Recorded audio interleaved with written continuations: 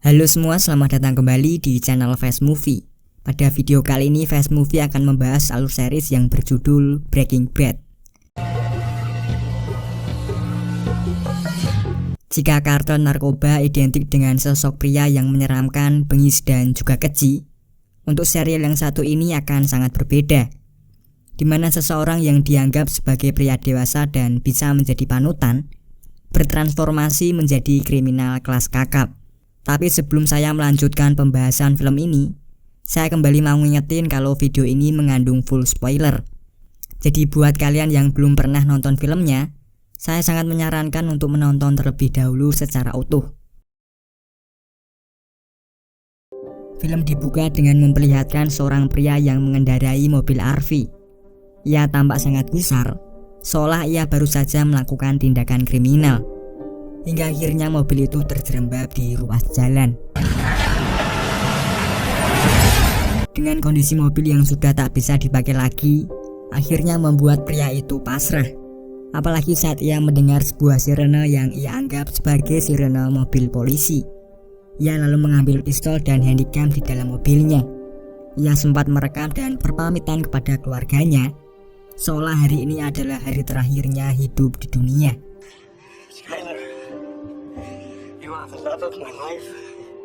Dengan bermodalkan sebilah pistol itu, ia menghadang jalan seakan siap melakukan kontak senjata. Apa yang sebenarnya terjadi dan motif apa yang melatar belakangi pria parubaya ini? Jadi 3 minggu sebelum kejadian itu, pria tadi adalah tokoh utama dalam serial kali ini. Ia bernama Walter White. Di hari itu Walter melakukan aktivitas seperti biasanya. Bangun pagi, sarapan bersama Skyler istrinya dan juga Walter Junior anaknya. Setelah mereka sarapan, Walter sapa akrabnya itu langsung bergegas menuju sekolah tempatnya bekerja. Jadi Walter adalah guru kimia di salah satu sekolah swasta. Karena kondisi keuangan yang hanya sebagai guru ini bisa dibilang pas-pasan, Walter di sela-sela kesibukannya sebagai guru, ia juga bekerja paruh waktu menjadi kasir di tempat pencucian mobil. Namun karena saat itu ada karyawan yang absen dan tempat cucian lagi ramai, Walter dipaksa untuk ikut membantu mencuci mobil. Hingga ada salah satu muridnya yang melihat, lalu menertawakannya seolah bekerja di tempat pencucian mobil adalah pekerjaan yang rendah. Hal itu pun membuat Walter terus merasa overthinking. Bahkan saat di acara pesta ulang tahunnya ini, Walter masih terus terngiang-ngiang dengan ucapan muridnya yang membuatnya sakit hati. Di sebuah acara TV memperlihatkan berita penangkapan kartel paling berpengaruh di New Mexico, di mana penanggung jawab operasi itu adalah Agent Hank, yang sekaligus dia adalah adik ipar Walter. Walter yang melihat ada banyak uang dalam penangkapan itu tentu merasa terkejut. Namun bagi Hank yang sudah berkecimpung di dunia narkotika, menganggap semua uang ini adalah hal yang lumrah bagi para kartel. Hank yang melihat antusias Walter barusan menawarkannya untuk ikut terjun bersama saat melakukan tugas penggeledahan. Suatu hari saat Walter bekerja di tempat cuci mobil seperti biasanya, Walter tiba-tiba mengalami sesak nafas dan akhirnya ia tak sadarkan diri. Setelah dilarikan ke rumah sakit dan menjalani pemeriksaan, dokter bilang kalau ternyata Walter mengidap kanker paru-paru stadium 3. Dokter lalu menyarankan untuk melakukan kemoterapi secara berkala supaya memperpanjang usianya. Walter yang tak ingin membuat keluarganya khawatir pun menyembunyikan penyakitnya. Ia tetap berusaha baik-baik saja, seolah tak ada hal buruk yang menimpanya hari ini. So, how was your day?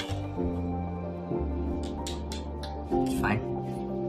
Namun saat di tempat cucian mobil, di sana Walter mulai lepas kendali dan memaki bosnya sendiri. Hal ini karena dia disuruh ngelap mobil, padahal kerjaannya adalah sebagai kasir. Kini Walter mulai merasakan depresi akibat vonis penyakit kankernya. Ia tak tahu bagaimana caranya membayar semua biaya pengobatan yang tentu biayanya nggak akan murah. Walter kemudian menelpon Hank dan minta izin untuk ikut penggerebekan dengan tujuan menghibur dirinya yang lagi stres. Di pagi harinya Hank, agen Gomez dan Walter mulai memantau rumah yang diduga di sanalah tempat lab pembuatan crystal meth milik seseorang bandar bernama Cap and Cook. Setelah dirasa suasana cukup aman, satu mobil penuh satuan DE pun langsung menggeledah rumah tersebut.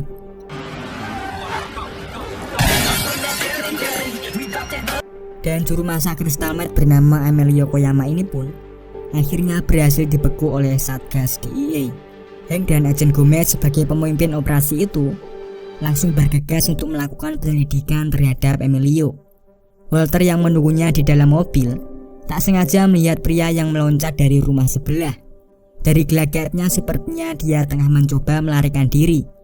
Dan setelah Walter melihatnya dengan jeli, Walter teringat bahwa dia mantan muridnya yang bernama Jesse Pinkman. Jesse kemudian kabur menggunakan mobilnya, di mana di sana Jesse menggunakan plat nomor bertuliskan The Cap. Dari situ Walter yakin bahwa bandar yang dijuluki Cap and Cook itu tak lain adalah mantan muridnya sendiri. Jesse yang berhasil kabur dari penggeledahan tadi merasa lega karena ia tak jadi tertangkap. Namun kelegaan itu tak bertahan lama sejak Walter menghampiri ke rumahnya. Awalnya Jesse ini masih nggak ngaku kalau dialah sebenarnya buron yang dicari-cari sama DEA. Kedatangan Walter kemari bukanlah untuk menghakimi mantan muridnya itu. Semenjak operasi tadi Walter tahu kalau partner Jesse telah diamankan, begitu juga dengan peralatan lab dan seluruh uangnya. Jesse yang paham dengan bisnis narkotika dan Walter yang ahli dalam kimia merasa bahwa mereka berdua adalah kombinasi yang pas untuk menjalankan bisnis haram ini. Tentu saja Jesse tertawa dengan tawaran ini, karena Walter terkenal dengan sikapnya yang lurus-lurus saja, tiba-tiba mengajaknya untuk berbisnis narkotika. Karena diancam akan dilaporkan jika Jesse tak mau berbisnis dengannya, tak ada pilihan lain Jesse pun mengiyakan ajakannya. Walter mulai mengambil alat praktek dari sekolah tempat dia mengajar dan membawanya ke rumah Jesse. Walter mulai memamerkan semua alat kimianya di hadapan Jesse, yang mana Jesse sama sekali tak terkesan. Selama memasak meth, Jesse tak pernah menggunakan alat sebanyak dan seproper ini. Walter sebagai mantan gurunya pun merasa gagal karena Jesse sama sekali tak paham dasar-dasar ilmu kimia. Bagi Jesse, memasak meth bukanlah seperti pelajaran kimia, tapi memasak meth adalah seni. Walter yang memang ahli dalam ilmu kimia tentu saja tertawa mendengarnya. Dengan semua alat dan pengetahuan kimianya, Walter akan memperlihatkan cara membuat kristal meth terbaik dengan tingkat kemurnian kimia secara stabil. Setelah peralatan dan bahan sudah terkumpul, mereka masih harus mencari tempat yang pas untuk memasak meth supaya tak terdeteksi oleh DEA. Karena kalau dimasak sembarangan, bau meth yang khas dan menyengat ini akan dapat diundus dengan mudah oleh petugas. Jesse menyarankan untuk membeli mobil RV, sebuah mobil yang didesain khusus dengan fasilitas layaknya rumah. Selain harganya yang lebih terjangkau ketimbang menyewa rumah, mobil RV jauh lebih efektif untuk mobilitas, sehingga nanti mereka bisa memasak meth di tengah padang rumput untuk menghindari petugas DEA. Walter kemudian mengambil sisa tabungannya dari rekeningnya sebesar $7.000. Uang itu masih kurang karena pasaran mobil RV second itu harganya berkisar antara $8.000. Karena hanya uang itu yang Walter punya, Walter meminta Jesse untuk menegosiasikan supaya bagaimana caranya dengan uang $7.000 Jesse bisa pulang membawa mobil RV. Namun sebelum itu, Jesse ingin tahu apa motivasi Walter melakukan semua ini. Karena selama ia mengenalnya, Jesse tak pernah mengira seorang terdidik seperti Walter mau melakukan pekerjaan kotor. Walter pun di sini masih menutupi apa motif sebenarnya. Sembari ia pergi meninggalkan Jesse, karena hari ini ia ada janji dengan keluarganya. Singkat cerita, kini mereka telah mendapatkan mobil RV dan berada di padang pasir, di mana di sana tak ada orang selain mereka berdua. Walter mulai menelanjangkan semua pakaiannya, karena ia tak ingin bajunya terkontaminasi bau meth, sekaligus untuk meminimalisir adanya barang bukti. Sementara Jesse sendiri sama sekali tak ingin melakukan hal yang disarankan oleh Walter. Dengan pengetahuan di bidang kimia, Walter mulai meracik narkotika jenis crystal meth, atau kalau di Indonesia lebih dikenal dengan istilah sabu-sabu.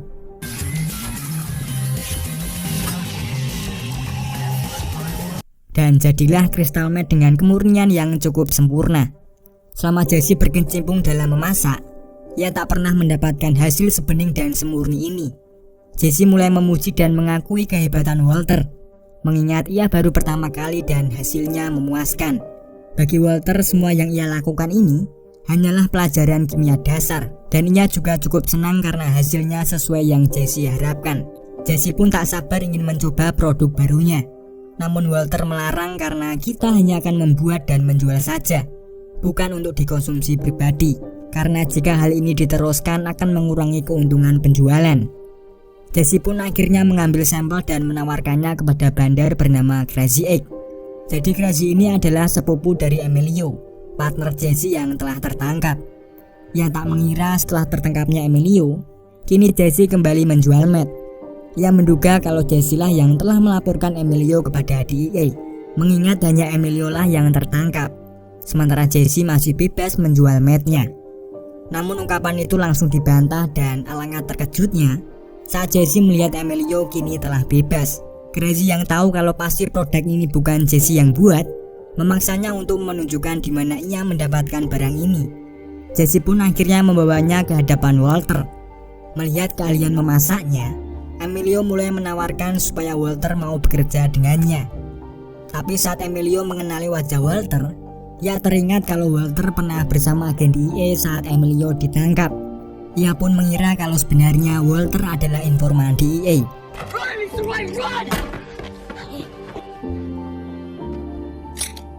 Dengan kondisi terdesak, Walter mulai berpikir keras bagaimana supaya ia tak dieksekusi di tempat ini.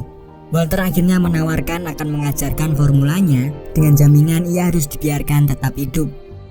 Saat proses berlangsung, Walter meminta supaya Emilio membuang rokoknya karena akan sangat berbahaya jika bercampur dengan bahan-bahan kimia. Satu persatu Walter mulai mencampur satu bahan ke bahan lainnya, dan akhirnya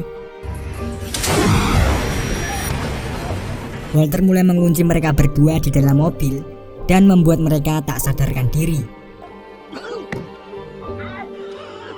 Walter lalu segera menyelamatkan Jesse. Namun masalah kembali muncul karena akibat putung rokok tadi membakar rumput kering di sekitar mereka. Karena api sudah terlanjur besar, setelah memberikan masker kepada Jesse, Walter langsung tancap gas pergi dari tempat ini. Dan itulah alasan kenapa saat ini Walter berada di sini. Walter masih mengacungkan sebilah pistolnya karena mengira akan ada petugas kepolisian yang akan menangkapnya. Padahal suara sirene itu bukan dari mobil polisi, melainkan hanya petugas pemadam kebakaran. Walter pun lega melihatnya.